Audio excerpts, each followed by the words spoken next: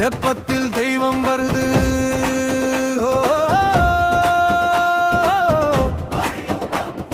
மதுரை மண்ணில் மாங்கல்யம் பொழியுது.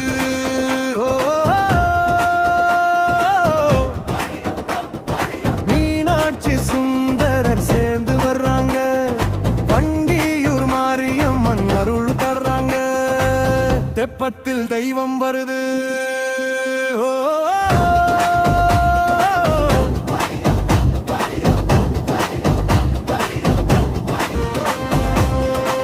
சரமளக்கேர்த்தி பூமாலை கட்டி பாடி ஆடி போறோம் கோவில் சுற்றி.